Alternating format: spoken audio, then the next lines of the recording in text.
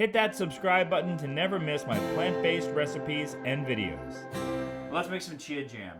This will keep you from having to buy that stuff from the store that has a lot of sugar in it. You can use up any fruit that you've got, fresh or frozen. I like to use 4 heaping cups.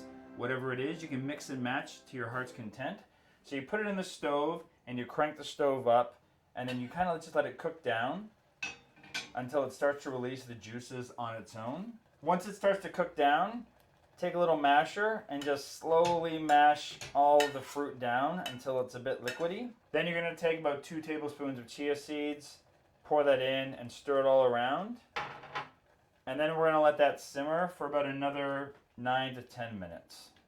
So you're going to pour in your vanilla. This is also where you would add any other extracts or spices you want. Next, we're just going to pour this into a container and then let it thicken and cool inside the fridge.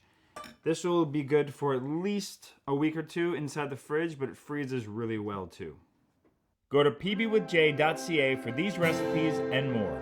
Don't forget to subscribe, leave a comment, and click that notification bell.